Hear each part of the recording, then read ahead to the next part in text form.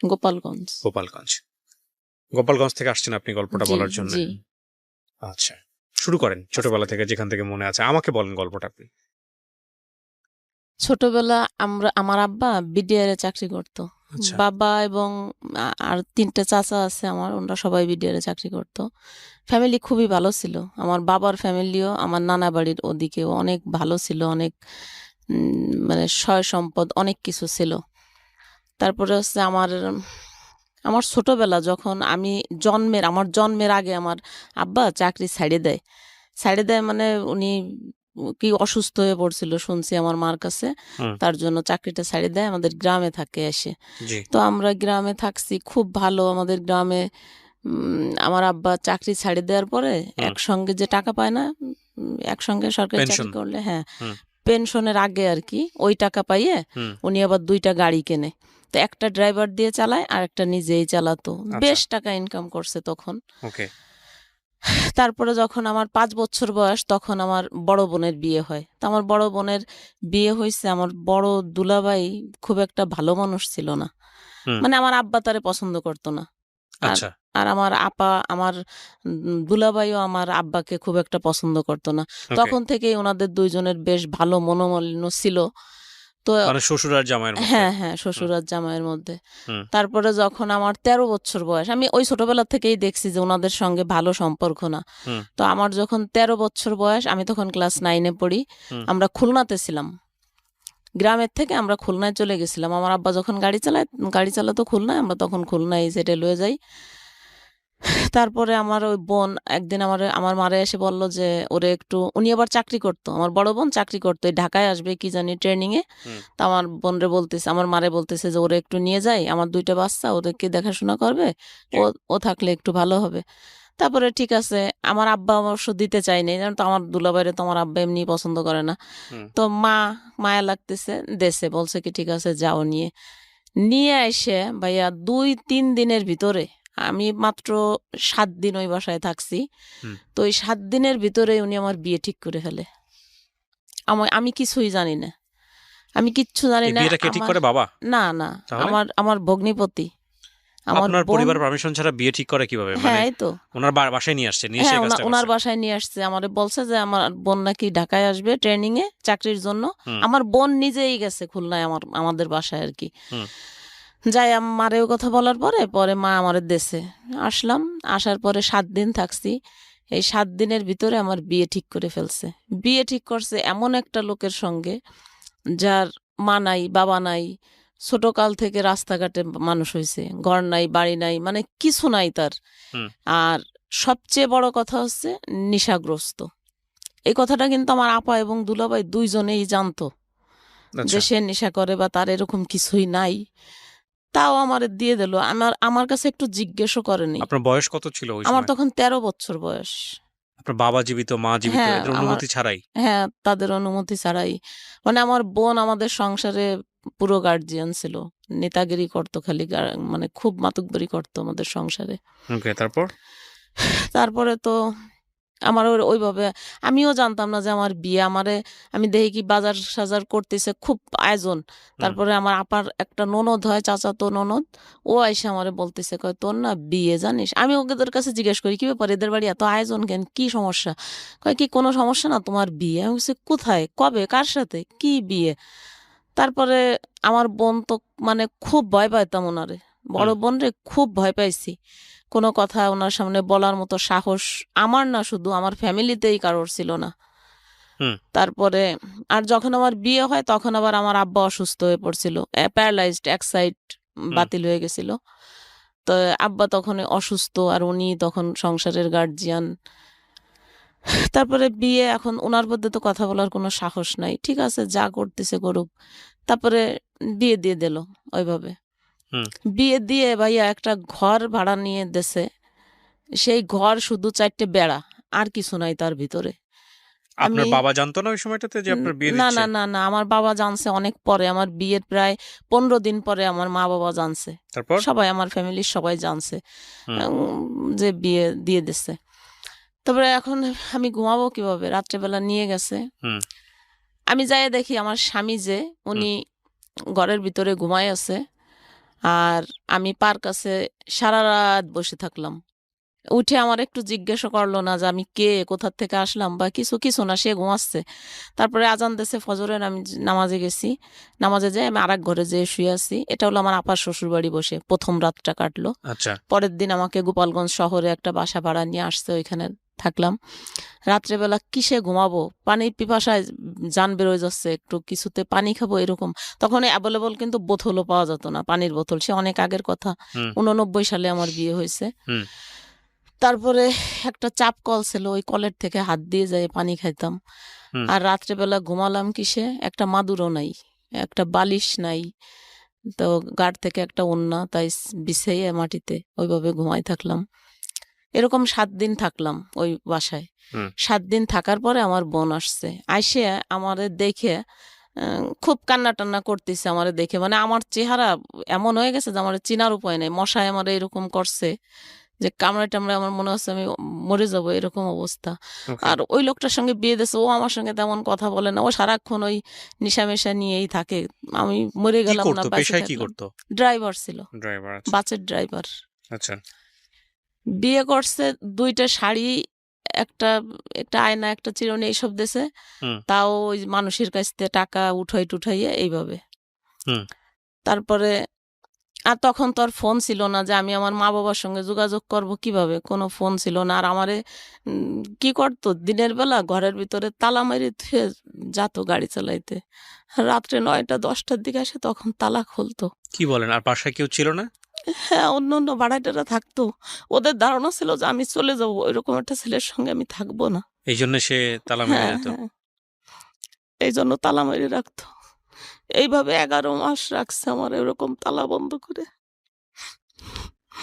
আর আমার আপা মাঝে মাঝে যায় দেখে আসতো আমারে। তারপরে 11 মাস ওইরকম ভাবে আমি থাকলাম। আর এর ভিতরে আমার মা বাবা যখন জানলো যে আমার এরকম বিয়ে দিয়ে দিয়েছে, 15 দিন পরে জানছে। 1-1.5 মাস পরে আমার মা আর আমার আব্বা আমার আমার বাসায় আসছে আমার দেখার জন্য। হুম দেখে আর কি করবে, তখন তো আমার আব্বাও অসুস্থ, এক সাইড পড়ে গেছে, হাঁটতে চলতে অনেক কষ্ট হয়। আমার মারে নিয়ে আসছে, তো দেখি আর কি করবে, ঠিক আছে যা হবার হয়েছে। কিন্তু আমার আব্বা ওনার একদমই পছন্দ করেনি। আমার আব্বা ছিল খুবই অন্যরকম মানুষ, খুবই ভালো মানুষ ছিলেন। তারপরে পছন্দ না করলেও এখন আমারে, তারপরে আমার মা বুঝাইছে যে থাক, কপালে যা ছিল হয়েছে, যাই যা হোক মাইনে নে, কি করবি আর। তারপরে মাইনে নিলাম। এরকম আস্তে আস্তে এক একদিন গাড়ি চালায় আসে, একটা হাতে ভাতের হাঁড়ি কিনি, একটা কড়াই কিনি, এরকম করে করে কিছু কিছু জিনিসপত্র কিনলাম, 2টা বালিশ, একটা কাঁথা, এরকম কিনে টিনে কোনো মতে সংসার করতেছি। এর ভিতরে আমার বোন এসে আমারে বলতেছে যে এই জায়গায় আর থাকা লাগবে না, ওনার শ্বশুরবাড়ি আমারে নিয়ে যাবে। ওনার শ্বশুরবাড়ি, ওনাদের একটা কাচারি ঘর আছে, ওই ঘরে নিয়ে আমারে রাখবে। হুম তারপরে ঠিক আছে, ওর আমার স্বামী আমার আপার কথা ছাড়া চুল পরিমাণও এদিক ওদিক যাইতো না। সে যা বলতো উনি তাই শুনতো। সে যে বলছে যে আমার বাসায় যাইতে হবে, ঠিক আছে চলো, নিয়ে গেছে। ওইখানে রইছি, সারাদিন গাড়ি চালাতো। তখন খুব বেশি টাকা পেতো না, 175 টাকা 100 টাকা এরকম বেতন পাইছে। তাতে তো অনেক আগের কথা, তাতে তো সংসার চললেও আমরা কিছু কিছু টাকা জমাইছি।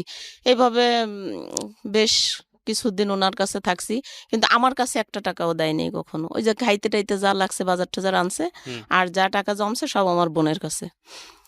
তো এরকম করতে করতে আমার প্রথম একটা ছেলে হলো, ছেলেটা মারা গেল। তারপরে আরেকটা ছেলে যখন হবে, আমার মনে হয় 6 থেকে 7 মাস হবে পেটে, তখন ও আমার বিয়ের 1 বছর পরে আমার আব্বা মারা গেল।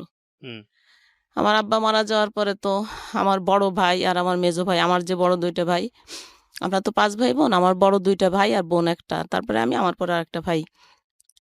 তো এই যে আমার বড় 2টা ভাই, এই 2 ভাই মিলে, মেজোটা একটু কম, বড়টা বেশি, হুম আমাদের যা কিছু ছিল সংসারের, টাকা পয়সা, ধন সম্পদ, গাড়ি বাড়ি, সবকিছু তছনছ বেচে কিনে, মানে কি যে করছে সে নিজেও আমরা জানি না কেউ। অথচ এই যে যে বাড়ি বিক্রি করছে, গাড়ি বিক্রি করছে, সব টাকার ভাগ কিন্তু আমার মেজো ভাই, আমার বড় ভাই, আমার বড় আপা, আমার বড় বোন, এরা সবাই পাইছে, এদেরকে দেছে। কিন্তু আমারে আর আমার ছোট ভাইরে কিচ্ছু দেয়নি। আপনার বাবা? আমার বাবা তো তখন নাই। কে দেয়নি এটা? আমার বড় ভাই 2 জন, যে আচ্ছা। আমার বড় বোন, এই 3 ভাই বোনে মিলে আমাদের যত সম্পদ ছিল সব নষ্ট করছে। বড় হুম। ভাই বেশি করছে, বড় বোন বেশি না। বাড়িটা শুধু বড় বোন বিক্রি করছে। আর গ্রামে ধানের জমি থাকে না? হুম। এই জমি ছিল অনেক আমাদের, প্রায় ৩০ বিঘার মতো। এইগুলো সব আমার ভাইই বিক্রি করছে। তো তখন এক পর্যায়ে আমাদের সংসার এমন অবস্থা যে এখন আমার মা না খেয়ে মারা যায়। এরকম পরিস্থিতি হয়ে গেল। আমার ৩ টে ভাই থাকতে। আমার ছোট ভাইটা তখন ছোট। ও কোথায় গেছে? ও হারায় গেছে। ওরে খুঁজেও পায় না কেউ। তারপরে এরকম করতে আমার বড় বোন গ্রামে অনেক টাকার দিনা হয়ে গেল। আচ্ছা। অনেক টাকার দিনা হয়ে গেছে। তখন আমার ছেলেটা পেটে বাচ্চা হবে। আমি তো উনার বাড়িতেই থাকি। তো উনি আমারে বলতেছে কি যে উনার স্বামী আবার তখন চিটাগাং থাকতো। হুম। বলে কি, "আমি চিটাগাং চলে যাবো। আমি অনেক টাকার দেনা হইছি। এখন এই সবাই দেনাদাররা খুব চাপ দিচ্ছে। আমি আর এখানে থাকতে পারবো না। তো তুই এখন কি ব্যবস্থা করবি কর। কোথায় যাবি, কি করবি কর।" তখন আমি কি অবস্থা, আমি মানে দিশাহারা হয়ে গেছি। আমি কি করব এখন? আমার এই অবস্থা। আমার বোন গেছে নভেম্বরের ২৫ তারিখে, ডিসেম্বরের ৪ তারিখে আমার ছেলে হইছে। তাহলে হুম। বোঝেন ৯ দিন পরে তখন আমার অবস্থা কিরকম। তারপরে আমি কোনো উপায় না পেয়ে যাইয়ে আমার বড় ভাইরে ধরলাম যে, "দাদু, আপনি হচ্ছে একটা ঘর ভাড়া নেন। আমার এখন এই অবস্থা। আমি একটু সুস্থ হই, তারপরে দেখা যাবে একটা কিছু করব।" তখন আমার স্বামীরও চাকরি নাই। হুম। ওই নেশা-টেশা করে। দেখে ওই ড্রাইভার একবার অ্যাক্সিডেন্ট করছে। পরে মালিক নামাই দিছে। আর ওরে গাড়ি-টাড়ি দেয় না। হুম। তো এরকম স্ট্যান্ডে ঘুরে বেড়ায়। কেউ একটা কাজ করালো, ৳২০ দিল। এইভাবে চলতিছে। আর আমিও ওরকম কষ্ট করে চলি। তারপরে আমার বড় ভাই একটা ঘর নিল। ওইখানে আমার ছেলেটা হইল। ছেলে হওয়ার পরে ১.৫ মাস আমি আমার ভাইয়ের বাসায় থাকলাম। হুম। তারপরে বললাম কি যে, "ঠিক আছে তাহলে" উনিই বলল যে, "ঠিক আছে চলো আমরা এখন আলাদা একটা বাসা নেই ছোটখাটো দেখে।" আমরা ঠিক আছে বাসা নিলাম একটা ছোট দেখে। তো বাসা মানে কি, একজনের বাড়ি এলি রান্না করে, সেই রান্নাঘরের এক পাশে ও রান্না করে, আরেক পাশে ছোট্ট একটা ঘর, ৳১৫০ ভাড়া। হুম। তখন আমি ওই রুমে যেয়ে থাকলাম, ওই রান্নাঘরের একটা পাশে আরকি। আমার ছেলেটারে নিয়ে ওইখানে উঠলাম। তো উঠার পরে ওই করে না, ও কাজ করে না কোনো। স্ট্যান্ডে যায় ঠিকই। যখনই ওর নিজের নেশা করার টাকাটা হয়ে যায়, তখন আর সে কোনো ইনকাম তখন আর সে থাকে না, স্ট্যান্ডে চলে আসে। হুম। আর আমি ওরকম না খাইয়ে থাকি, কান্নাকাটি করি। মানে খুবই কষ্ট করি যে কি বলবো, যে আমি এমন দিন গেছে যে আমি ৩ দিনেও একবেলা ভাত পাইনি, ভাত খাইনি। ওরকম না খেয়ে পড়ে থাকতাম। আর বাচ্চাটা এমনভাবে কাঁদতো, বিরক্ত করতো, ওরে কিছু খাওয়াইতে পারি নাই। তো এরকম করতে বাচ্চারা যখন একটু হাঁটা শিখছে, ঐরকম কষ্ট ২ বছর করছি। ২ বছর পরে ছেলে যখন হাঁটা শিখছে, এখন তো ও একটু খাইতে পারে, খাবে। এখন কি করব? কোনো উপায় দেখি না আমি। আর মানুষের কাছে চাওয়া চাই, ভাই আমার ভীষণ খারাপ লাগতো, নিজেরই খারাপ লাগতো যে আমরা সারা জীবন আমার বাপরে দেখছি, আমার আব্বা সারা জীবন মানুষেরই দান করছে। হুম। সবাইরে সবকিছু দেছে, আর আমি সেই ঘরের মেয়ে হয়ে আমি কিভাবে মানুষের কাছে হাত পাতবো, আত্মীয়-স্বজনের কাছে যাই হাত পাতবো, আমি চাই না। আমার আত্মীয়-স্বজন কিন্তু সবাই অনেক পয়সাওয়ালা, অনেক। কেউ গরিব না। আমি কারোর কাছে লজ্জায় যেতাম না। কারোর সঙ্গে কোনো যোগাযোগও করতাম না। ওইভাবে থাকতাম।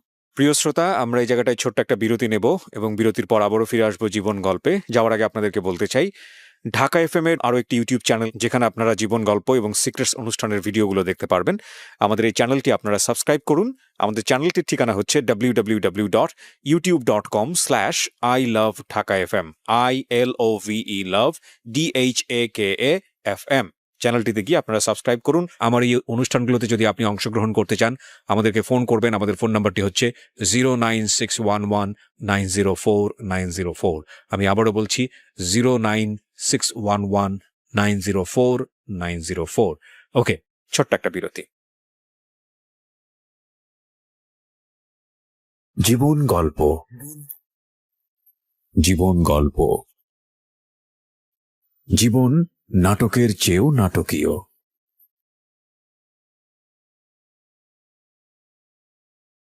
জীবন গল্প।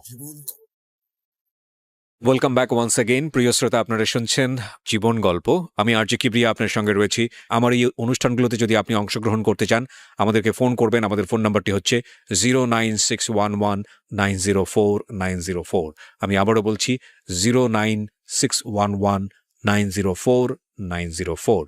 ওকে, আমরা যেখানটায় ছিলাম তারপর। তারপরে একদিন ডিসিশন নিছি যে ছেলে কাইন্দে মরে যাচ্ছে ভাতের জন্য, কি করব আমি, কোনো উপায় না পাই আমি ডিসিশন নিছি যে আজকে আমি মরিয়েই যাব। তারপরে আমাদের বাড়ি এলি ওটা আবার টের পাইছে, আমরা যে বাসায় ভাড়া থাকতাম ওই আপা আমারে খুব ভালোবাসতো। হুম। তো উনি টের পাইয়ে আমারে বলল কি, দেখ এটা কোনো জীবন না, তুই মরে যাবি, ছেলেটারে কি করবে। আমার দুলাভাইরে বলতাম, আমার আপারে যদি বলতাম যে এরকম কষ্ট, কি করব, আপনারা এরকম বিয়ে দিয়ে দিয়েছেন, তাদের কথা ছিল একটাই যে ঠিক আছে বিয়ে দিয়ে দিছি, খারাপ হয়েছে, ছেলের এতিমখানায় দিয়ে দাও আর তুমি আসো, তোমারে আবার বিয়ে দিয়ে দেই। হুম। কিন্তু আমার দ্বারা কি তাই সম্ভব যে আমার ওই দুধের বাচ্চা ওইটা আমি এতিমখানায় দিয়ে আমি ফিরে বিয়ে করব? এরকম মন মানসিকতা আমার কখনোই ছিল না। তারপরে ওই আপার বুদ্ধিতে আমারে বলল যে ঠিক আছে মানুষের কাছে হাত পেতে চল, কয়দিনই বা চলা যাবে, চল তোরে একটা কাজ ধরাই দেই।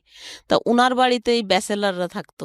তা জি। বলল কি যে ঠিক আছে তুই এদের রান্না করে দিস, ওরা তোরে মাসে খাইতেও দেবে, টাকাও দেবে। ঠিক আছে, কিচ্ছু করার নাই। একই বাড়ির ভিতরে আমরা ভাড়া থাকি, ওরা আলাদা ঘরে আমরা আলাদা ঘরে, এইভাবে। ওকে। হ্যাঁ, না সাবলেট না, মানে একই বাড়ির ভিতরে আলাদা আলাদা ঘর আর কি, হুম। টিনের ঘর আলাদা আলাদা। জি। তো ঠিক আছে আমি রাজি হয়ে গেলাম ওনার কথায়, কি করবো এখন, ছেলেটারে বাঁচাইতে হবে। হুম। রাজি হয়ে যাওয়ার পরে তো আমি কাজ কাজ প্রথম যেদিন কাজে যাই, আমি বিশ্বাস করবেন না যে আমি পরে তাদের সামনে যাব এরকম একটা কাপড় আমার ঘরে ছিল না। ও। আমি একটা পেটিকোট আমার খুব ভালোভাবে মনে আছে যে আমি নেভি ব্লু কালারের একটা পেটিকোট সাদা কাপড় দিয়ে 7টা তালি মারছি। তাই শুধু আমার, আমি কি পরে পিটাকে ভিতরে কাজে যাব। তারপরে ওই বাড়ি এলি আপারে বললাম, উনি একটা পুরন কাপড় আমার দেশে ওঠে পরে গেছি কাজে।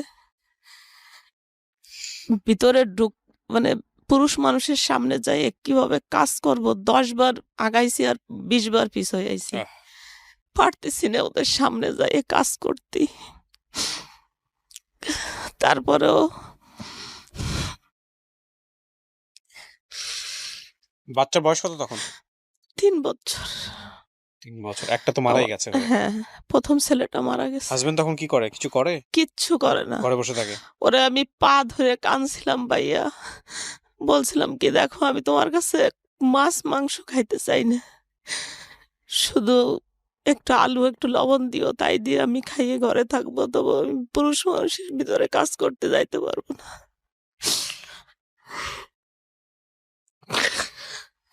কিন্তু ও তাও আমারে কখনো দেয়নি। কাজ কাজ করে খাইছি, ঘর ভাড়া দিছি, বাচ্চারে মানুষ করছি, ছেলেটারে স্কুলে ভর্তি করছি, লেখাপড়ায় এত ভালো ছিল। ওর যখন ও প্রথম ক্লাস 5-এ ট্যালেন্ট ফুলে বৃত্তি পাইছে, কিন্তু কোনো প্রাইভেট দিতে পারি নাই। 5 পর্যন্ত আমিই পড়াইছি, আমি এসএসসি পরীক্ষা দেয়নি, 9 পর্যন্ত পড়ছি। তারপরে তো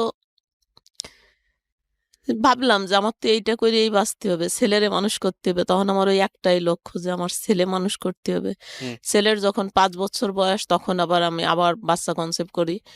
এখন ওই বাচ্চা আমি রাখতে চাই নাই, ভাবছি কি না ও নষ্ট করে ফেলবো। কিন্তু আসলে যারা আল্লাহ দুনিয়ায় পাঠাবে তারা শত চেষ্টা করলেও, পরে ডাক্তারের কাছে গেলাম। হুম। ডাক্তার বলে কি যে না, একটা বাচ্চা মারা গেছে আর একটা ছেলে, এবার যা হয় হোক, তারপরে আর নিয়েন না। ঠিক আছে সেইভাবে থাকলাম। এরপরে একটা মেয়ে হলো আমার, হুম। ছেলের 5 বছরের ছোট মেয়ে। এখন তো 2টা বাচ্চা, এই 2টা নিয়েই আমি কাজ করি, খাই, ওদেরকে লেখাপড়া করাই। এরকম করে আমি 90 সালের থেকে কাজ শুরু করে 2005 সাল পর্যন্ত, হুম। কয় বছর হয়, এই কয় বছর আমার ঠিক খেয়াল নাই, এই কয় বছর আমি এক জায়গাতেই, ওই যে আমার বাড়িয়ালি আপা যে কাজ দিয়ে দিয়েছে ঠিক ওইখানেই, ওই এক জায়গায় আমি কাজ করি। আর ওদেরকে আমার ওই বাড়িয়ালি আপা বলে দিয়েছিল যে দেখেন ও আমার খুব পরিচিত, আমার বোনের মতো, ও অনেক ভদ্র বংশের একটা সন্তান, শুধু বাচ্চা দুটোরে মানুষ করার জন্য আপনাদের এখানে কাজে আইছে, কিন্তু ওর যাতে কোনো অসম্মান না হয় আচ্ছা। আপনারা সেই দিকে একটু খেয়াল রাখেন। তা সত্যিও ওদের আমি ধন্যবাদ জানাই যে না, ওরা আমার সঙ্গে কখনোই কোনো খারাপ বিহেভ করেনি, কখনো না, সবসময় সম্মান করছে। ওরা নিজেরা তাস খেলতো ঘরে, আমি যেতাম সঙ্গে সঙ্গে বন্ধ করে দিছে। ওরা একটা বাজে আড্ডা করতেছে, আমি গেছি সঙ্গে সঙ্গে বন্ধ। ওকে। আর আমিও ঠিক আমার মতো ওইভাবে উনি যেভাবে বলে দিছে ওইভাবে করতাম। তো এত কয় বছর ওইখানে কাজ করার পরে বেশ ভালো ছিলাম। আমার তখন শুধু বললাম না যে আমার একটা লক্ষ্য যে আমি আমার বাচ্চা দুটোরে মানুষ করব, এটাই আমার ভবিষ্যৎ। হুম। আর আমি কিছু চাই না। কারোর কাছে সাহায্য, কারোর কাছে হাত পাতা, কারোর কাছেও আমি কখনো যাই না, আমার আপনজনদের কাছেও না। হুম। তারপরে বোঝেন তো যে একটা মানুষ, একটা মেয়ে মানুষ কয় টাকাই বা কাজ করছি, 700-800 টাকা হয়তো পাইছি মাসে। ওর হুম। ভিতর দিয়ে আমি ওদেরকে প্রাইভেট পড়াইছি, নিজে ভাত রান্না করে ওদের ওই ভাতের যে মারটা হয় ওইটা আমি খাই আসতাম। আর যে কটা ভাত আমি বাগে পাইছি আমার 2 বেলা খাইতে দিত, 1 বেলা দিত না। সকালে দেয়নি, দুপুরে আর রাত্রে 2 বেলা ভাত দিচ্ছে আমারে খাইতে। হুম। ওই ভাতটা বাসায় এনে বাচ্চা দুটোরে খাওয়াইয়ে যদি কখনো থাকছে একটু নিজে মুখে দিছি, না থাকলে না দিছি। এরকম না খাইতে খাইতে একদিন রাস্তায় ঘুরে পড়ে গেছি। তারপরে ওইখানে একটা মহিলা হোটেল করতো আমাদের বাসার পাশেই। ওই মহিলাটা আমারে ধরে নিয়ে ওনার ঘরে ডাইকে নেছে, নিয়ে আমারে ভাত দিছে, কয় সত্যি কথা কত, কয়দিন খাস না। বলতাম না কারোর কাছে, ভীষণ লজ্জা লাগতো। তারপরে এই যে 2005 সালে ওই ম্যাচে নতুন একটা লোক আসলো, জজ কোর্টে চাকরি করে, ভালো একটা পোস্টে, হুজুর টাইপের, অনেক সুন্দর, এত বড় দাড়ি, কপালে দাগ হয়ে গেছে নামাজ পড়ে, 5 ওয়াক্ত নামাজি। আর এমনিও আমি একজন মুসলমান, ও 5 ওয়াক্ত নামাজি, আমি এমনি শ্রদ্ধা করতাম অনেক। কিন্তু আমার ওই টাইপের কোনো মন মানসিকতা ছিল না যে তার সঙ্গে আমার কিছু হবে বা কিছু, এরকম না। হুম। কিন্তু ওই লোকটা জানি না ও কি ভাবতো আমারে ওইরকম। ও এর ভিতর আরেকটা ঘটনা আছে, এই যে যখন এই লোকটা আসবে তার কিছুদিন আগে আমার ছোট ভাইটা, অনেক দিন পরে আমার ছোট ভাইটা আসে, খুঁজে পাই আর কি। হুম। আসার পরে ও বলে কি, আপা আমি হোটেলের কাজ জানি, তুই যদি আমার একটা দোকান দিয়ে দিস তাইলে আমি এইখানে একটা দোকানদারি করলে তাইলে তোর ছেলে মেয়েও ভাতের কষ্ট কম পাবে, এরকম একবেলা খাস 2 বেলা না খেয়ে থাইস, এটা তো আমারও খারাপ লাগে দেখলি, হুম। তা তুই যদি পারিস তাহলে আমার একটা দোকান দিয়ে দে। তারপর বললাম যে ভাই দেখ, আমার কাছে তো কোনো টাকা নাই, আমার একটা চেন আছে, একটা কানেরটা আছে আমার আব্বার দেওয়া, তো ঠিক আছে, তুই যদি করিস তাহলে আমি এই 2টা দরকার হলে বিক্রি করে দেবো, এই টাকায় যদি হয় তাহলে তুই কর। কয় হ্যাঁ ওই টাকাই হবে, তুই দে। তারপরে আমি ওইগুলো বিক্রি টিক্রি করে ওরে একটা হোটেল দিয়ে দিলাম। তা আলহামদুলিল্লাহ ওরে হোটেল দেওয়ার পরে ও নিজেও অনেক কর্মশীল, কর্ম মানে খুব কষ্ট করতে পারে, কর্মঠ। হুম। তো ওর ওই হোটেলে বেশ ভালো, আজকে ভালো কালকে আরো ভালো, তা এরকম করতে করতে দিন দিন ভালোই উন্নতি হচ্ছে। উন্নতি হইতে হইতে এখন আমারও বলতেছে যে আপা, আমার তো আসলে ওর বউ একা এইসব কাজ করে পারে না, অনেক কাজ, একটা হোটেলে তো বোঝেনি কত বাটা কোটা, রান্না বান্না, পানি ধরা, তো অনেক কাজ, তুই যদি একটু হেল্প করিস তাইলে আমার একটু সুবিধা হবে, তোরে আমি টাকা দেবো। আমি কিছু আচ্ছা ঠিক আছে, আমি তো টাকাই খুঁজি, ঠিক আছে আমি করব। ওদের ওইখানে 3 বেলা রান্না করছি, আর সারা দিন রাত 1টা পর্যন্ত আমার ভাইয়ের ঘরে কাজ করছি। হুম। তা ভাই বাইরে ঘরে কাজ করার পরের থেকে আল্লাহর রহমতে আর ভাতের কষ্ট পাই নাই, 3 বেলা 3 জনেই সুন্দরভাবে খাইছি। আর ভাই যে টাকা দিছে আর ওদের ওইখান থেকে আমি 700-800 টাকা পাইছি, এই দিয়ে আমার ছেলে মেয়ের লেখাপড়া খরচ, ঘর ভাড়া চলছে। এইভাবে চলতেছে চলতেছে, বেশ ভালো আছি, অনেক ভালো আছি আলহামদুলিল্লাহ। আমি করি যে না আমি ভালো আছি। আমার ছেলে তখন 7-এ পড়ে, যখন এই লোকটা আসলো 7-এ পড়ে। এখন এই লোকটা আমার ওই কাজ দেখে শুধু আফসোস করতে করতে মরিয়েই যায় যে এই মেয়েটা কেন এত কষ্ট করবে, এইরকম একটা ছেলের সঙ্গে এরা কেন বিয়ে দিল। এই যে আমাদের যে বাড়িয়ালি, এই বাড়িয়ালি আপা আর ওনাদের বাড়ি এক জায়গায়, মোকশেদপুরে একই জায়গায় ওনাদের বাড়ি।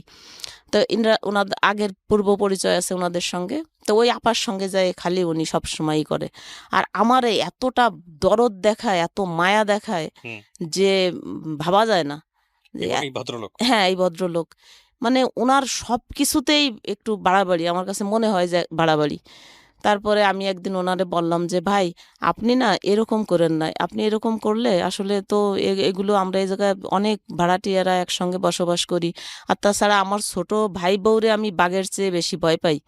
ও যদি কোনো ক্রমে এইগুলো দেখতে যায়, আমি আমি রান্না করতেছি, আপনার কাজ আমি করব, মাংস আনলে উনি কাটি দেবে, চলা আনতো উনি গুছাই দেবে, আমার ওইগুলো করতে দিত না।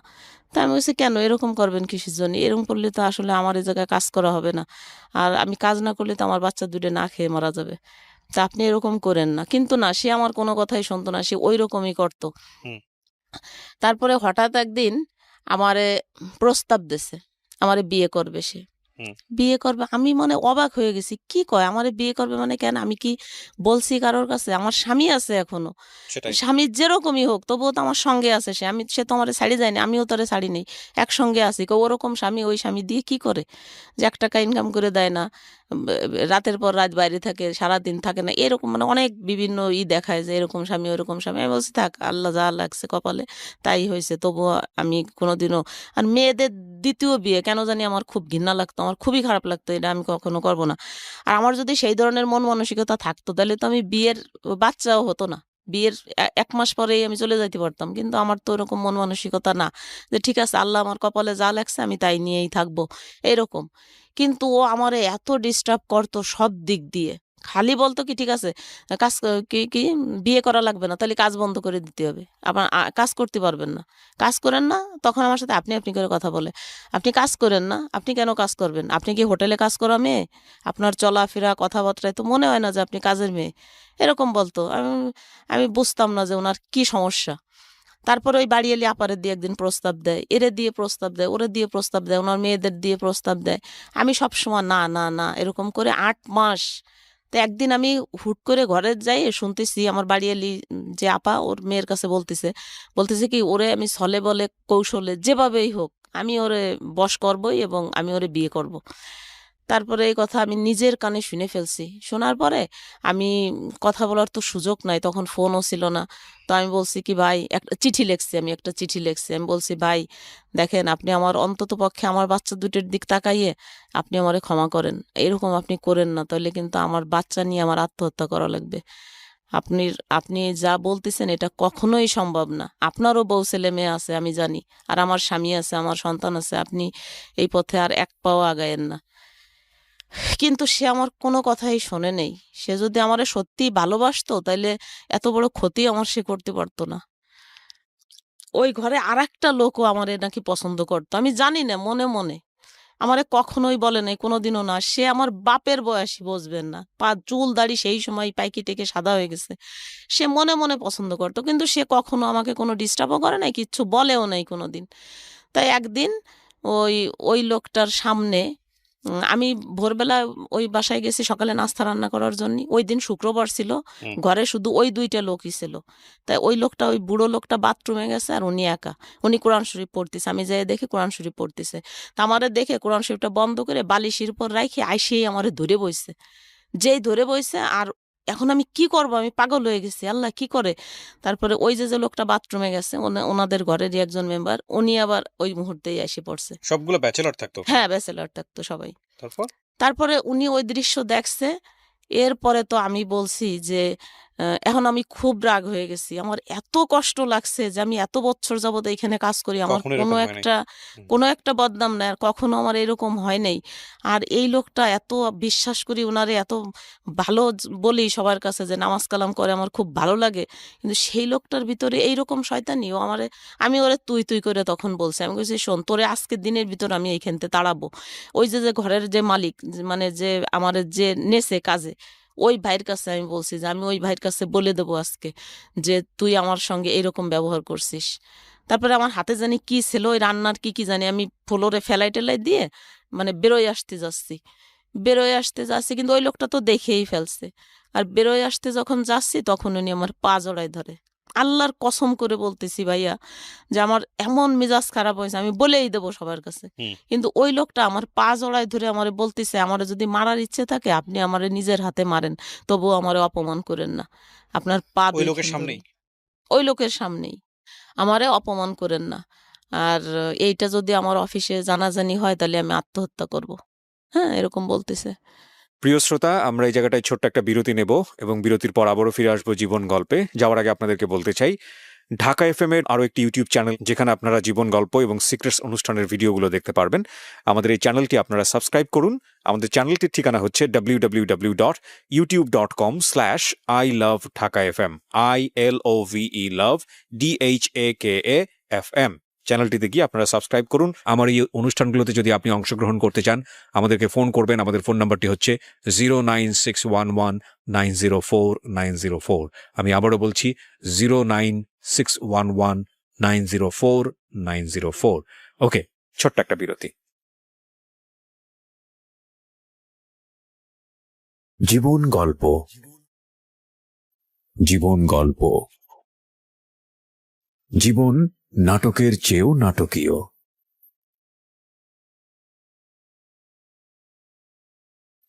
জীবন গল্প। Welcome back once again. প্রিয় শ্রোতা, আপনারা শুনছেন জীবন গল্প। আমি আরজে কিবরিয়া আপনার সঙ্গে রয়েছি। আমার এই অনুষ্ঠানগুলোতে যদি আপনি অংশগ্রহণ করতে চান, আমাদেরকে ফোন করবেন। আমাদের ফোন নাম্বারটি হচ্ছে 09611904904। আমি আবারও বলছি 09611904904। ওকে, আমরা যেখানটায় ছিলাম তারপরে তো আমি তখন আর রান্না বান্না কিচ্ছু করিনি, রাগের চোটে ঘরের থেকে বেরোয় আইছি।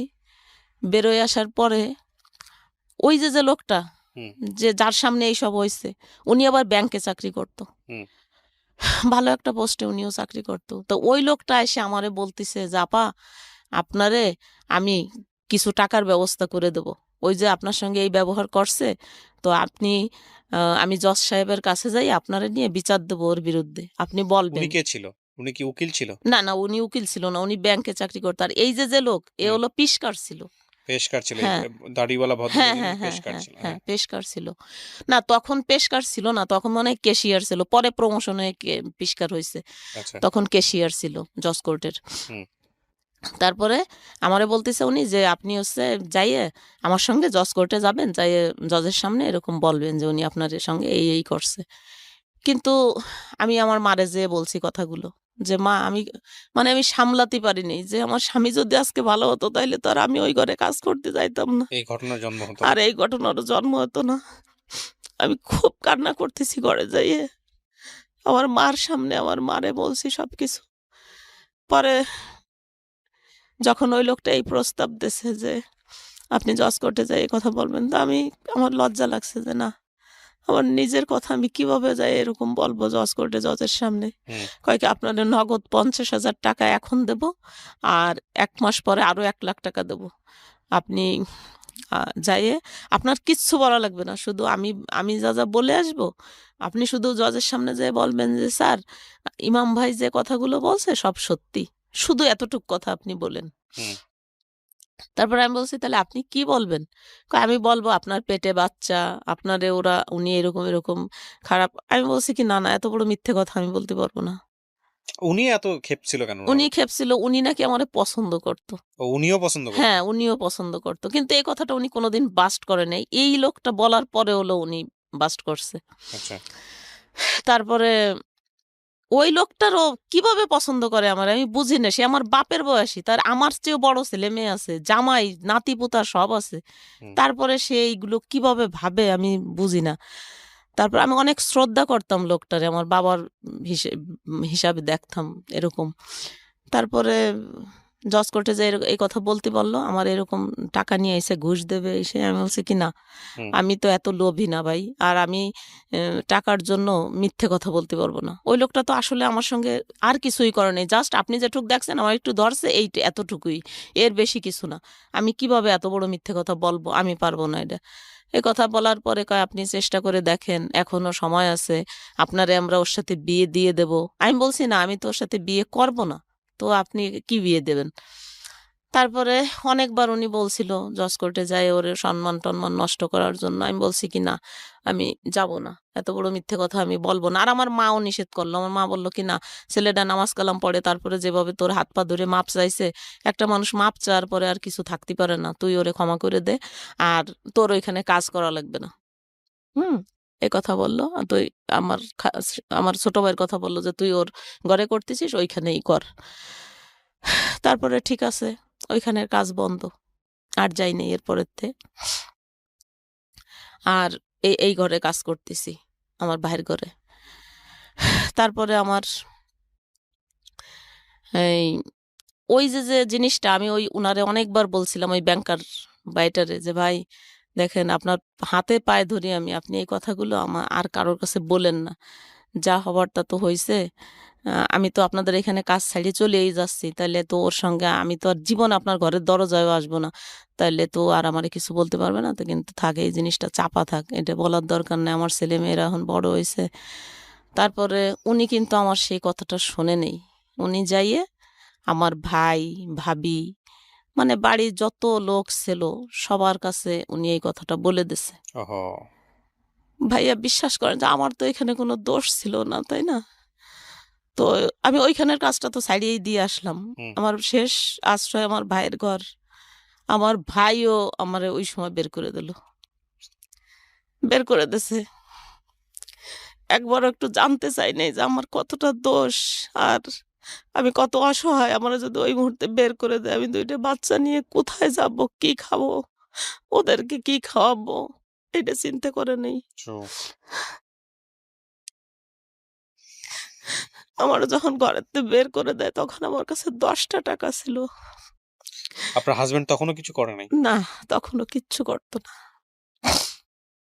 তারপর? তারপরে ওই ৳১০ আমি কি করব? ২ টা বাচ্চারে ২ পাশে নিয়ে মাঝখানে আমি শুয়ে ওদের জড়ায় ধরে বুকের ভিতরে এত জোরে চিৎকার করে কাঁদছি আর শুধু আল্লাহরে বলছি, "আল্লাহ, সারা জীবন সৎভাবে থাকলাম, সততা নিয়ে চলছি। মানুষ মেসে কাজ করে ভাত ফেলাই দেয় আর আমার ২ টা বাচ্চারে আমি ৩ বেলা খাওয়াইতেও পারি নাই। এই এই আমার সততার পুরস্কার।" এরকম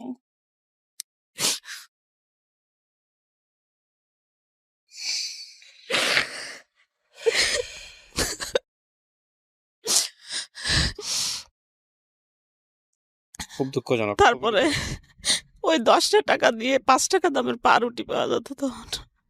ভাবছি ২ টা পাউরুটি একসঙ্গে কিনলে তো ৳৫ শেষ হয়ে গেলে আর ৳৫ দিয়ে কি করব? তারপরে একটা পাউরুটি কিনে ওকে ২ ভাই বোনরে খাওয়াইছি রাত্রে। সকালবেলা কি করব? ওই ৳৫ ছিল, ওই ৳৫ শেষ সকালে খাওয়াইছি। আর কিছু নাই। তারপরে ওই বাড়িয়ালির ঘরে একবেলা চাইছি। দেখি আমার ছেলেমেয়ে ২ টা ক্ষুধায় মরে যাচ্ছে। ওদের দিকে আমি তাকাতে পারি না। নিজের পেটেও তো ক্ষুধা। কি করব? মানে তখন আমি কোনো উপায় পাই না। আমি কি করব এখন? ওই লোকটার কি হইল? হ্যাঁ, ওই লোকটা তখন ঐরকমই আছে। হুম। তারপরে যখন এরকম তখন ওই বাড়িয়ালির কাছে আমি যাইয়া রাত্রিবেলা কাঁদছি অনেক, "আপা আমি এখন কি করব? আমার ভাই তো আমারে বাইর করে দিছে। ঘেন্নায় আমার মুখই দেখবে না।" হুম। কয় কি, যখন বদনাম শোনার দিন ছিল, বিয়ের আগে বা বিয়ের পরে, তখন জীবনে কোনোদিন কিছু শুনি নাই। আর এখন এই বয়সে ২ টা ছেলেমেয়ে, ছেলে ক্লাস 7 এ পড়ে। এখন এই কি কথা? মানে ওরা সহ্য করতে পারেনি। "তোরা আগে করিস নাই কেন? আগে কত তোরে আমরা বলছি যে বিয়ে দেব, তুই কখনো রাজি হইস নাই। আর এখন এই বয়সে এইরকম ছেলেমেয়ে বড় হয়ে গেছে। এখন এগুলো কি শুনলাম?" এই হলো ওর ঘিন্না আমার ভাইয়ের। হুম। আমার ভাইও খুব নামাজ কালাম করে, এগুলোও পছন্দ করে না। তারপরে বের করে কি যাওয়ার এখন আমি বাড়িয়ালির সঙ্গে যে আলাপ করলাম যে, "আপা আমি এখন কি করব এখন?" আপনার হাসব্যান্ডের বাসায় ছিলেন না আপনি? হ্যাঁ, তাহলে ভাই কেন বের করে দিবে? হাসব্যান্ড। হাসব্যান্ড হাসব্যান্ড বের করে দিয়েছে মানে ঘরের থেকে বের করে না, আমার ভাইয়ের ঘরের থেকে। আমি যে কাজ করি ওর ঘরে, ও ও কাজের থেকে বের করে দিল। আচ্ছা। তো এখন আমি তো ওকে আপন ভাই ছিল? হ্যাঁ, আমার আপন ছোট ভাই। আপন ছোট ভাইয়ের ঘরে আপনি কাজ করতেন, হ্যাঁ, ওইখান থেকে ও টাকা দিত? হ্যাঁ, হ্যাঁ। আল্লাহু ওই আকবার। দোকানটা আবার আমার গয়না বিক্রি করে যাই হোক দিয়ে তারপর? দিছিলাম। তারপরে তো ওই ভাইয়ের ওই আমি এখন আমি ঘর ভাড়া দেবো কি দিয়ে? আমি হুম। তো বাইরে করে কাজ করি, টাকা দেয়, আমি বেতন পাই, আমার ছেলেমেয়ের লেখাপড়ার খরচ দেই, ঘর ভাড়া দেই, খাই ওর ঘরে। হুম। তো আর ওই যে কাজটা ওটা তো ওই গ্যাঞ্জামের পরে আমি এমনিতেই নিজের থেকেই ছাড়ি দিয়ে চলে আসলাম। হুম। যে ভাই যা দেবে ওতেই চলবে। তারপরে আমি এই জায়গায় অসৎভাবে এই জায়গায় থাকবো না। এই অসৎ লোকের কাছে এরকমভাবে চলে আসলাম। পরে ওই বাড়িয়ালি আ বলল ওই লোকটারে, এই হুম। পিসকাররে যে, "আপনি দেখেন তো কি একটা কাজ করলেন। আর আপনার জন্য এখন ও বলতেছে যে ওর বাচ্চাদের নিয়ে ও মারা যাবে। ওর তো কোনো উপায় নাই। আর এই গোপালগঞ্জ শহরে আমাদের সবাই চেনে। আমি তো বাইরে যেয়ে কোনো কাজ করতে পারব না। হুম। আর বাইরে কি কাজ করব আমি? লেখাপড়া জানি না। এসএসসিও পাস করি নাই। এসএসসি পরীক্ষা দিতে চাইছিলাম কিন্তু ওই লোকটা আমারে দিতে দেয়নি। হুম। সবাই বুদ্ধি দিত যে স্কুলে পাঠালি চলে যাবে এই সেই। এইজন্য আর আপনার লেখাপড়া হাসব্যান্ড দিতে করায়নি। দেয় নাই? হ্যাঁ। তারপরে ওই উনারা যখন এসব বলল, তখন উনি বলল কি, "আপা ঠিক আছে, আমার জন্যই যখন ওর এত বড় ক্ষতি হইছে, ওর কাজ নাই, ছেলেমেয়ে নিয়ে এরকম না খেয়ে মরে যাচ্ছে, তাহলে আপনি এক কাজ করেন, আমি ওরে বিয়ে করব, দেখেন এখন ও রাজি হয় নাকি। এখন তোর কোনো উপায় নাই, এখন তো রাজি হওয়াই উচিত। তারপর ওই বাড়ি এলে এসে আমার অনেক বোঝাচ্ছে, অনেক, যে দেখ ওই ছেলেটারে আমি চিনি, ও অনেক ভালো। তাই বলছি ভালো তো, ও আমার সঙ্গে এরকম করলো, ওর তো বউ ছেলে মেয়ে আছে, ও কেমন ভালো, তাহলে আবার বিয়ে করতে চাই, কি হুম ভালো আপনার কাছে? কয় কি না, ওর বউর হলো প্যারালাইজড, এক সাইড প্যারালাইজড না, জাস্ট ও অসুস্থ ছিল, ডাক্তারের কাছে নেছে, ডাক্তার নাকি কি ভুল ট্রিটমেন্ট করে এরকম বিছনায় পড়া। তো তো ছেলেটা অনেক ভালো। আর আমি দেখছি খুব ভালো, সত্য কথা বলে, নামাজ কালাম করে, এইটুক দেখছি আর কি। হুম বাড়ি কি আছে না আছে তা তো আর জানি না। তারপরে এইসব বলার পরে বাড়ি এলে এরকম বোঝাচ্ছে, আমি একবার এক মনে করে ঠিক আছে রাজি হয়ে যাই। এখন কি করবো তাহলে, ছেলে মেয়ে নিয়ে কি মরে যাব? আর ছেলে 7-এ পড়ে ওর, আর ছেলেটা ক্লাস 5-এ ট্যালেন্ট ফুলে বৃত্তি পাইছে, মেয়েটা এত ভালো ছাত্রী। আমার ছেলে এবং মেয়ে দুইটাই ক্লাস 1 থেকে 10 পর্যন্ত ওদের এক রোল ছিল, হুম কখনোই ক্লাসে দ্বিতীয় হয়নি। এত ভালো ছাত্র আর এত সুন্দর চেহারা আমার বাচ্চা দুইটার, হুম যে না দেখলে আসলে বিশ্বাস করা যায় না। দুইটা ছেলে মেয়েরই এত সুন্দর দেখতে, এত সুন্দর মেধা। তা আমি হুম কিভাবে এখন ওদের লেখাপড়া চালাবো? আমি কি করব? আমি দিশাহারা হয়ে গেছি, কোনো উপায় নাই। একটা মেয়ে অসহায় হইলে যা হয় আর কি। জি স্বাভাবিক। তারপরে এখন আমি বলছি কি যে ঠিক আছে, আমার বোন, আমার ওই আপা বলতেছে যে দেখ, ও আর যাই হোক বেইমান না, ও যাই করুক কিন্তু তোরে কোনোদিনও ফেলবে না, হুম তোরে ও রাখবে। আর তোর আর ছেলে মেয়ে বড় হচ্ছে, এখন কিভাবে চলবি তুই? আর তোর ভাইও তো তোরে বের করে দিল, হুম আর তো কেউ কোনো সাহায্য সহানুভূতি করে না, তাহলে কি হাজবেন্ড করবি? কোথায় তখন? হাজব্যান্ড সাথেই, হাজব্যান্ড তো কি হাজব্যান্ড, ও সকালবেলা যাবে, রাত 12টার সময় ঘরে, আসলে আসলো, না আসলে নাই। আইসে একটু খাইছো নাকি খাও নেই, কোনোদিন জিজ্ঞেসও করে নেই ছেলে মেয়েরে। ও আইসেই ওর নিশা নিয়ে ব্যস্ত। কি দিয়ে নেশা করতো? গাঁজা খাইতো, গাঁজা। হ্যাঁ, এগুলোর কোনো ভ্রুক্ষেপ নাই তার? না না, এগুলো কোনো ভ্রুক্ষেপ নেই। এগুলো ভ্রুক্ষেপ থাকলে কি আমার জীবন আজকে এই পর্যায়ে আসে? তারপরে কি হলো? কি করলেন? তারপরে এরকম করে করে একবার মনে মনে ভাবি যে রাজি হয়ে যাই, আবার ভাবি কি না, কিভাবে সম্ভব, আমার ছেলে মেয়ে কি ভাববে, হুম আমার আত্মীয় স্বজন কি ভাববে, আমার ফ্যামিলিতে কারো কোনো মেয়ের 2 বিয়ে নাই, আমি কি করব? কোনো, আর এদের নিজের অভাব, না খাওয়ার যন্ত্রণা, ছেলে মেয়ের মুখের দিকে আর তাকাতে পারি না। আমার ছেলে যেদিন বৃত্তি পরীক্ষা দিতে গেছে ভাইয়া, একদিনে 2টা পরীক্ষা হয়েছে। হুম আমার ছেলে যখন 5টার সময় পরীক্ষা শেষ হয়েছে, রাস্তার উপর ঘুরে পড়ে গেছে ক্ষুধার যন্ত্রণায়? ক্ষুধার যন্ত্রণায়। সকালবেলা 1 গ্লাস পানি শুধু জড়ছে, খাওয়াই দিছি, কটা ভাত খাওয়াই দিতে পারিনি। তো এই ছেলে মেয়ে নিয়ে এখন আমি কি করব? কোনো তারপর? উপায় না দেখে তারপরে আমি এক পর্যায়ে রাজি হয়ে গেলাম। ও তারপরে আমি বললাম কি, আপা আমি কেন জানি বিশ্বাস হয় না আমার, যে ছেলে মানুষ তো আমার কেন জানি বিশ্বাস হতে চায় না। তারপরে ওই কথা আবার ওর কাছে ওই আপা বলছে ফোনে, ওনার আবার ফোন ছিল, আমার ফোন ছিল না। হুম তো বলছে, বলার পরে কয় ঠিক আছে, কিভাবে বললি বিশ্বাস করবে? আপা আমি আপনার বাসায় আসতেছি। আপার বাসায়, আপার ঘরে আইছে রাত 2টে বাজে। আর ওই আপা আমারে আইছে ডাকতে। আইসে আমারে ডাইকে নিয়ে গেছে। আমি গেছি, যাই দেখি উনি উনার ঘরের ভিতরে বসা। হুম তারপরে আমারে দেখে অমনি দৌড়ই যেয়ে অজু করে আইছে বাথরুমেতে। হুম অজু করে এসে কোরআন শরীফ বুকের ভিতরে নিয়ে বলতিছে যে, "আমি তোমারে অনেক পছন্দ করি। আমি কোনো লাভে, কোনো লোভে, কোনো স্বার্থের জন্য না। তোমার মতো একটা ভালো মেয়ে আমি দেখছি এত কয় মাস যাবৎ, যে তোমার অনেক সুনাম। আজ 13 বছর তুমি এক জায়গায় কাজ করো। তোমার অনেক সুনাম শুনছি আমি।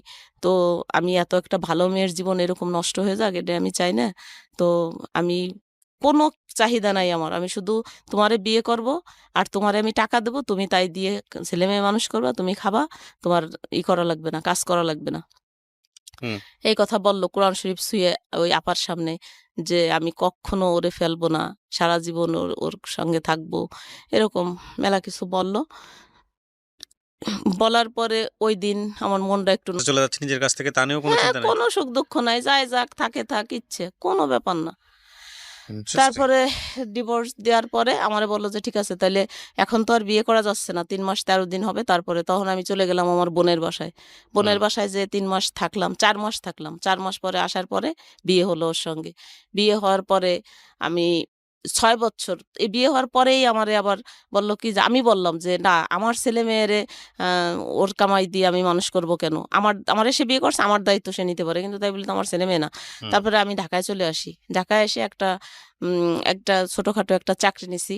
যাই হোক, সে মালিকটা ম্যাডাম খুবই ভালো মানুষ ছিল। আমাকে অনেক সাহায্য করছে।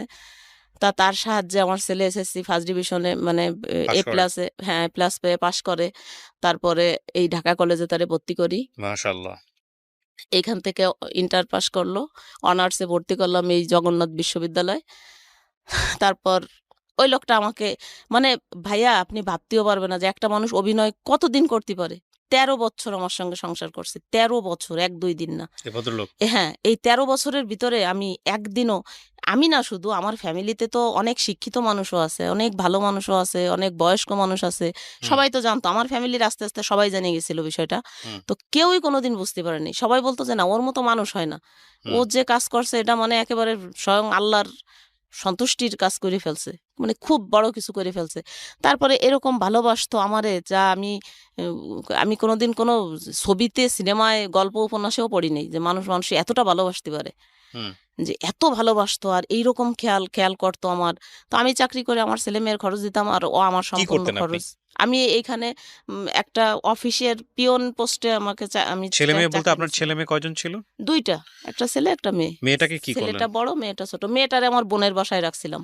আচ্ছা। আমার বোন তখন সিলেট চাকরি করতো। আমার দুলাভাই ব্যাংকে চাকরি করে। হুম। ওই সিলেটে ছিল। আমার বোনের বাসায় রাইখে আপনি ওরে, অভিনয় কেন বলতেছেন এই সেকেন্ড যাকে বিয়ে করলেন? কি না হয়েছে? মানে বুঝতেই পারিনি কখনো যে সে আমার সঙ্গে অভিনয় করতেছে। আমি ভাবতাম যে সব সত্যি। হুম। সবাই ভাবতো, শুধু আমি একা না। হুম। ১৩ বছর সংসার করার পরে ২০০০ এ হলো ১৯ সালে। ১৯ সালে আইসে আমরা একদিন বেড়াইতে গেছি আমার মামার বাসায় হুম। নোয়াপাড়া। বেড়াতে যাওয়ার পরে আসছি। আসার পরের থেকেই আমার একদিন ফোন দিয়ে বলতেছে, "আমার সংসারের সবাই এই সত্য জিনিসটা জানি গেছে। হুম। তোমার সঙ্গে আমার আর থাকা হবে না। হুম। তোমারে আ আল্লাহকে সাক্ষী রেখে তোমারে বিয়ে করছিলাম। আর আল্লাহকে সাক্ষী রেখেই তোমাকে বাদ দিয়ে দিলাম।" এক কথাতেই? এক কথাতেই। কত বছর সংসার করার পরে? ১৩ বছর। তারপর? তারপরে তো এইভাবে বাদ দিয়ে দিল। এরপরে আজ ৪ বছর হয়ে গেছে। একটা ফোনও কোনোদিনও আর করে নেই। আর আমিও আর কোনো বাড়াবাড়ি করি নাই এটা নিয়ে। তারপরে আমার যে কাবিনটা দিছিল, হুম। ১০ লাখ টাকা কাবিন করছিল। হুম। কাবিনের কফিটা ওই এনে দিছিল। পরে আমি ওই কাবিনের কফিটা নিয়ে, আমারে কেউ বুদ্ধি দিয়েছে যে, "আপনি এভাবে হবে কেন? এটা করবেন কিসের জন্যে? আপনি যেয়ে কেস করেন, এই করেন, সেই করেন।" তো আমারও খুব খারাপ লাগতো, অনেক খারাপ লাগতো যে আমি কি করব? তারপরে একদিন গেছি একটা ইসের কাছে, যে যারা রেজিস্ট্রি করে না? উনার কাছে গেছি। উনি কাবিনটা দেখে বলতেছে, "এটা দি ভুয়া।" কাবিনটা ছিল ভুয়া। হুম। হুম। তারপরে যাই হোক, তখন আবার ছেলে আ একটা কাজে ঢুকলো। যে কি কাজ? লোড আপনি আমাকে বিকাশ। জাস্ট একটা জিনিস একটু বলেন। আমি গল্পের শেষের দিকে চলে আসছি। আপনার ছেলেটা এখন কি করে? ছেলেটা এখন ওই যে লোড আর বিকাশ আছে, লোড বিকাশ হ্যাঁ। এগুলোর একটা দোকান ছিল ওর। তো ভালোই ইনকাম করতো। আমরা ভালোই চলছি, মোটামুটি ভাবে চলছি ভালোই। কিন্তু আরেক বিশ্বাসঘাতকরে এরকম বিশ্বাস করে আমার ছেলে তার নিজের ভাইয়ের মতো বিশ্বাস করত। হ্যাঁ। ওই বিশ্বাসঘাতক সমস্ত টাকা পয়সা, ইভেন এর ভিতরে আমার মেয়ের ২ লাখ টাকা আছে। আমার মেয়ের ২ লাখ সব আর আমার সব মেরে ছেলের, দিছে। হ্যাঁ, আপনার ছেলে বিয়ে-শাদী করেছে? হ্যাঁ, বিয়ে করছে। একটা বাচ্চাও আছে। আপনার চলে কিভাবে এখন? আমার এখন এখন চলে না। এখন তো আর চলবে কিভাবে? এখন আমার ছেলে পুরো উম মানসিক রোগী হয়ে গেছে। এখন আর আমার চলে না। ওই শোকে এখন আমি ওর পাশে এখানে যদি দাপাই মরেও যাই, ফিরেও একটু তাকাইয়ে দেখে না। আর ওর জন্যে এখন আমার মেয়ের আরো এরকম অশান্তি। আমার মেয়ের মেয়েটারও বিয়ে বিয়ে-শাদী হয়েছে? দিছিলাম। হ্যাঁ, ২ টা বাচ্চা মেয়ের। ২০১৪ সালে আমার মেয়ের বিয়ে হইছে। না ১৩ সালে জানি। ১৪ সালে আমার স্বামী মারা গেছে, ওই যে আগের আপনি স্বামী। গল্পটা কেন বললেন আজকে রেডিওতে? আমি কি করব ভাই? আমি কিচ্ছু বুঝি না যে আমি কি করব এখন? আমি কিভাবে বাঁচবো? আমি নিজেও অনেক অসুস্থ। আমি যদি একটু সুস্থ থাকতাম তাহলে আমি একটা কাজ-কাম করেও খাইতে পারতাম। এখনো আমার কাজ করা, আমি এমন না যে কাজ পারি না, বা আমার প্রচন্ড কোমরে ব্যথা। আমি আজকে সকাল ৮টার সময় গাড়িতে উঠছি, আর এখন পর্যন্ত এরকম বসে আছি। আপনাদের এখানে আসছি না, আপনি ৪টায়। জাস্ট আমাকে একটা জিনিস বলেন, সেটা বুঝতে পারছি আপনি অত্যন্ত আমি অসহায় অবস্থায় আছেন। আপনার কিন্তু আপনার এই গল্পটা শুনে মানুষ কি শিখবে? কি? গল্পটা শুনে মানুষ একটা জিনিস শিখবে, আর একটা সমাধান আমাকে দেবে। এই হলো ২ টা জিনিস। আপনিও আমাকে একটা সমাধান দেবেন যে আমি তো জীবনে আসলে যা করছি তা তো করছি, যা সত্যি তাই বললাম। আরো তো অনেক ঘটনা আছে এর ভিতরেও, যাই না, হোক সেটা আমিও সময় জানি আপনার অনেক ঘটনা আছে, সেটা সংক্ষেপে তোলা সম্ভব বলা নয়। হলো না। হ্যাঁ, তো এই মুহূর্তে এখন আমার ছেলের যে পরিস্থিতি, আমার বেটার বউটা আমার কাছে ছিল। ছেলেটা আমারে নাটা বলে বউডারে পাঠায় দিছে। আমার সঙ্গে কথা বলে না। আমি এর ঘরেতে একটু ভাত, ওর ঘরেতে একটু ভাত। আমি মা, আমি খাইছি। আমি কি মানে ও এরকম কেন হয়ে গেল আমি বুঝলাম না কিছু। এরকম হয়ে গেছে এখন। আর আমি আমি শুধু আপনার কাছে এই একটা কারণেই আসছি যে আমি দেখছি আপনি আপডেট ভিডিওগুলো করেন, তখন আপনার চোখে পানি। অনেকদিন আপনারে আমি কাঁদতে দেখছি। তো আমি ভাবলাম যে অন্যের দুঃখ যার চোখে পানি আসে সে অবশ্যই আমাকে কোনো খারাপ বুদ্ধি দেবে না। আমি আপনাকে কয়েকটা কথা বলি। এটা হচ্ছে যে বুদ্ধি দেওয়ার মতো কিছু নাই। আমি আপনার গল্পটা শুনে, আমি তো আপনার গল্পের একদম ইন ডিটেইল বিস্তারিত জানি না। ১ ঘন্টা ১.৫ ঘন্টা শুনলাম। আপনার কষ্টটা আমি অনুভব করার চেষ্টা করতেছি। হ্যাঁ?